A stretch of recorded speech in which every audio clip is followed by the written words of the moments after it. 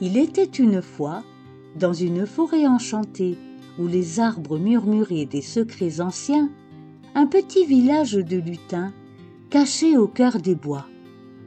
Ces lutins, pas plus hauts que 3 pommes, vivaient paisiblement dans leur maison champignon, loin des regards indiscrets du monde extérieur. Un matin brumeux, alors que Pomme, Châtaigne et Pétale se promenaient pour cueillir des baies magiques, ils découvrirent quelque chose d'inhabituel près d'une vieille souche moussue. Une femme, aux cheveux blonds bouclés, vêtue d'une longue robe étoilée de magicienne, gisait inconsciente sur le sol. Un filet de sang coulait de son front et elle semblait avoir heurté l'arbre violemment. « Qu'est-ce qu'on fait ?» chuchota Pomme, ses petites oreilles pointues frémissant d'inquiétude. « On ne peut pas la laisser là !» répondit Châtaigne, malgré sa méfiance habituelle envers les étrangers. Pétale, le plus prudent des 3, secoua la tête. « Et si c'était un piège ? Les humains ne viennent jamais dans notre forêt sans raison. » Après de longues discussions, leur bon cœur l'emporta sur leur méfiance. Ils décidèrent de transporter la mystérieuse femme jusqu'au village, non sans regarder plusieurs fois par-dessus leur épaule. Le sage du village, Vieux Chêne, examina attentivement la blessure de la magicienne. Ses petites mains expertes préparèrent un onguent à base de pétales de lune et de rosée d'étoiles. Peu à peu, la femme reprit conscience. « Où suis-je » murmura-t-elle en ouvrant des yeux verts comme les feuilles du printemps. « Vous êtes en sécurité » rassura Vieux Chêne, tout en gardant ses distances. « Comment vous appelez-vous » La magicienne porta la main à sa tête, l'air perdu. « Je ne sais pas. Je ne me souviens de rien. Qui suis-je ? D'où viens-je » Les lutins échangèrent des regards inquiets. Ils avaient espéré qu'elle repartirait rapidement, mais voilà qu'elle ne savait même plus d'où elle venait. Pire encore, elle allait devoir rester au village le temps de récupérer sa mémoire. « Nous l'appellerons Aurore », décida Vieux Chêne, en attendant qu'elle retrouve son vrai nom. Les jours passèrent et Aurore s'intégra peu à peu à la vie du village. Les lutins lui avaient aménagé une petite cabane à l'écart et elle aidait aux tâches quotidiennes. Cueillir des fruits, tisser des paniers, préparer les repas. Malgré sa perte de mémoire, elle gardait une connaissance instinctive de la magie des plantes et des herbes. Cependant, les lutins restaient sur leur garde. Ils avaient un secret qu'ils ne pouvaient révéler à personne. Au cœur de la forêt, près du grand chêne ancestral, coulait une fontaine magique au pouvoir extraordinaire. Quiconque buvait de son eau devenait invisible et invincible pendant une journée entière. Surtout, ne vous approchez jamais du bois sacré, répétait constamment Vieux Chêne à Aurore. C'est un lieu dangereux, plein de plantes vénéneuses et de créatures sauvages. Aurore acquiesçait, mais elle remarquait que les lutins partaient souvent dans cette direction et revenaient avec des sourires mystérieux. Sa curiosité grandissait de jour en jour. Un après-midi, alors qu'Aurore cueillait des champignons lumineux, elle s'égara dans les sentiers tortueux de la forêt. Plus elle marchait, plus elle s'éloignait du village, jusqu'à ce qu'elle ne reconnaisse plus rien autour d'elle. « Où suis-je » se demanda-t-elle, le cœur battant.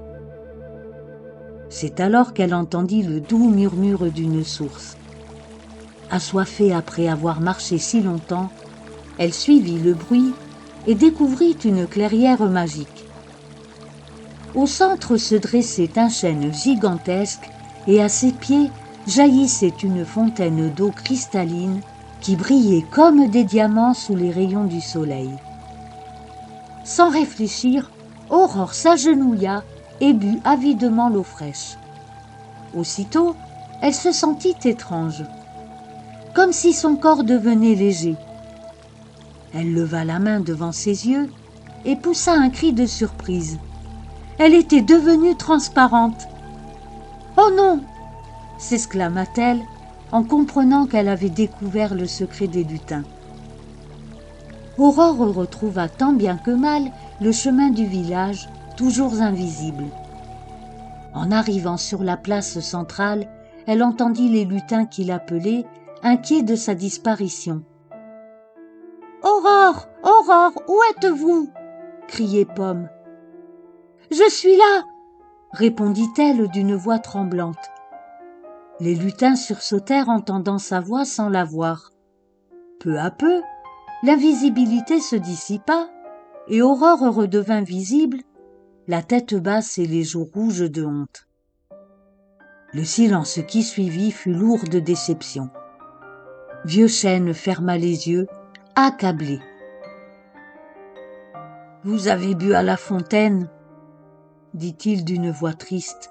« Nous vous avions fait confiance. Nous vous avions accueilli, soigné, nourri.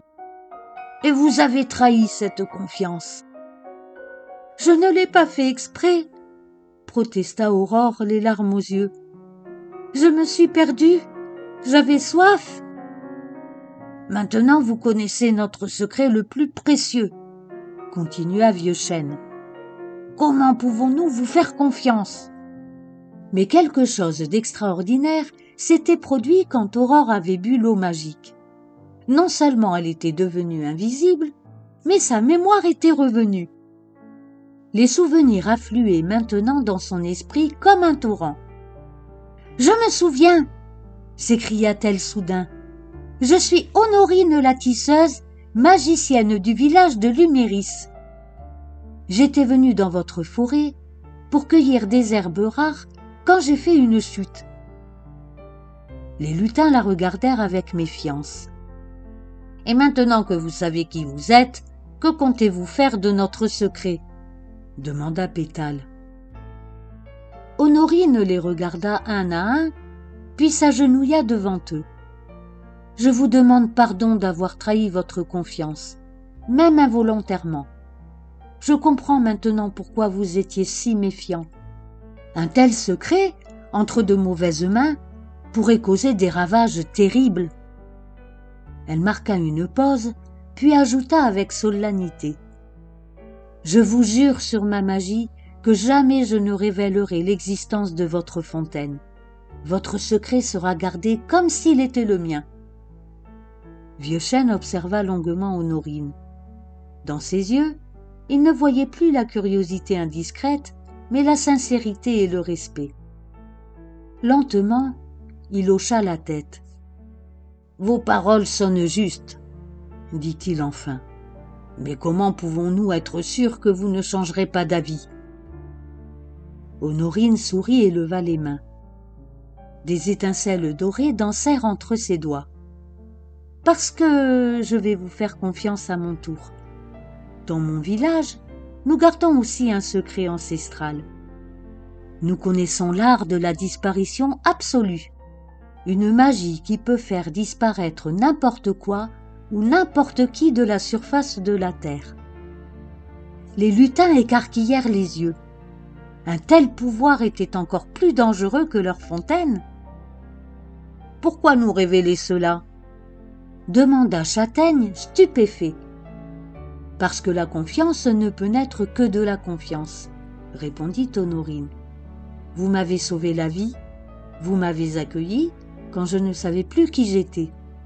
Vous méritez que je vous fasse confiance en retour. » Ce jour-là, sous le grand chêne ancestral, près de la fontaine magique, Honorine et les lutins prêtèrent un serment solennel. Ils se promirent de protéger mutuellement leurs secrets, de ne jamais les révéler à quiconque et de se porter assistance si l'un d'eux était en danger. Désormais, déclara Vieux Chêne, vous êtes notre sœur, Honorine la tisseuse. Vous serez toujours la bienvenue dans notre village. Honorine sourit, le cœur léger. Et vous serez toujours les bienvenus à Luméris. Ils gravèrent leurs noms sur l'écorce du grand chêne, scellant ainsi leur pacte d'amitié éternelle.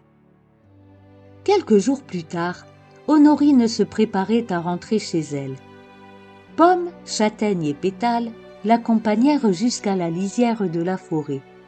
« J'ai appris quelque chose d'important avec vous, » dit Honorine en s'arrêtant pour les regarder. « Au début, vous m'avez fait confiance en me sauvant la vie. Puis j'ai trahi cette confiance sans le vouloir. Mais ensuite, nous avons appris à nous faire confiance mutuellement. »« C'est vrai, » acquiesça Pomme. « Au début, nous avions peur que vous découvriez notre secret, mais maintenant, nous savons que vous le protégerez. »« Et nous protégerons le vôtre, » ajouta Châtaigne, « parce que vous nous avez montré que vous étiez digne de confiance. » Pétale, toujours réfléchi, conclut. « La confiance, c'est comme une graine. Il faut du temps pour qu'elle pousse et elle peut être fragile. Mais quand elle grandit vraiment, elle devient un arbre solide qui résiste à toutes les tempêtes. » Honorine regarda une dernière fois ses nouveaux amis et sourit. Cette aventure lui avait appris une leçon précieuse qu'elle n'oublierait jamais. « Mes chers amis, dit-elle, j'ai compris que la confiance est le trésor le plus précieux que nous puissions partager. Mais ce cadeau nous donne aussi une grande responsabilité. Nous devons être dignes de cette confiance. » Les lutins hochèrent la tête, touchés par ces paroles. Elle tendit la main vers eux, et ils y placèrent leurs petites mains poilues. « Souvenez-vous toujours, dit-elle en conclusion, que la confiance est comme un miroir. Elle nous renvoie ce que nous donnons. » Sur ces mots de sagesse, Honorine salua une dernière fois ses amis lutins et prit le chemin de son village, le cœur plein de cette leçon précieuse qu'elle partagerait avec tous ceux qu'elle rencontrerait. Et depuis ce jour, chaque fois qu'elle passait près de la forêt enchantée, elle entendait le doux murmure du vent dans les feuilles qui semblaient chuchoter « Sois toujours digne de la confiance qu'on te porte, et tu trouveras les plus grands trésors du monde. » Merci pour ton écoute. Je te souhaite une très douce nuit et à très bientôt pour une nouvelle histoire.